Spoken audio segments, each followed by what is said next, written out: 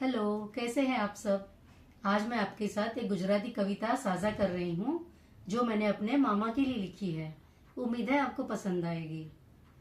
ભાઈ બહેનોમાં સૌથી વધારે લાડકવાયો, સ્વભાવમાં મિલનસાર અને મળતાવળો, જવાબદારી પૂર્ણ કરવામાં હંમેશા તત્પર, સંબંધો જાળવવામાં પણ જે અગ્રેસર, લાગણીભર્યા શબ્દોથી બધાનું મન જીતનાર, પોતાની સૂઝબૂછથી પ્રસંગની શોભા વધારનાર, ઉત્સાહી રહીને ધર્મના પથ પર ચાલનાર, ધર્મ અને કર્મનું સંતુલન સાધનાર, સંગીતા મામીની સાથે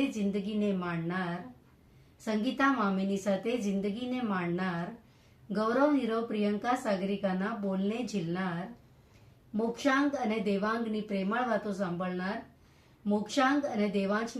વાતો સાંભળનાર, એમની બાળલીલામાં ઘેલો બનીને હરખનાર.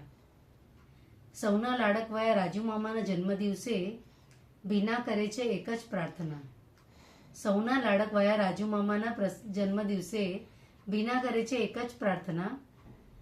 વહાલો મામા સદા સુખી રહે અને સ્વસ્થ રહે, ધર્મમય અને શાંતિ સમૃદ્ધિપૂર્વક જીવન જીવે.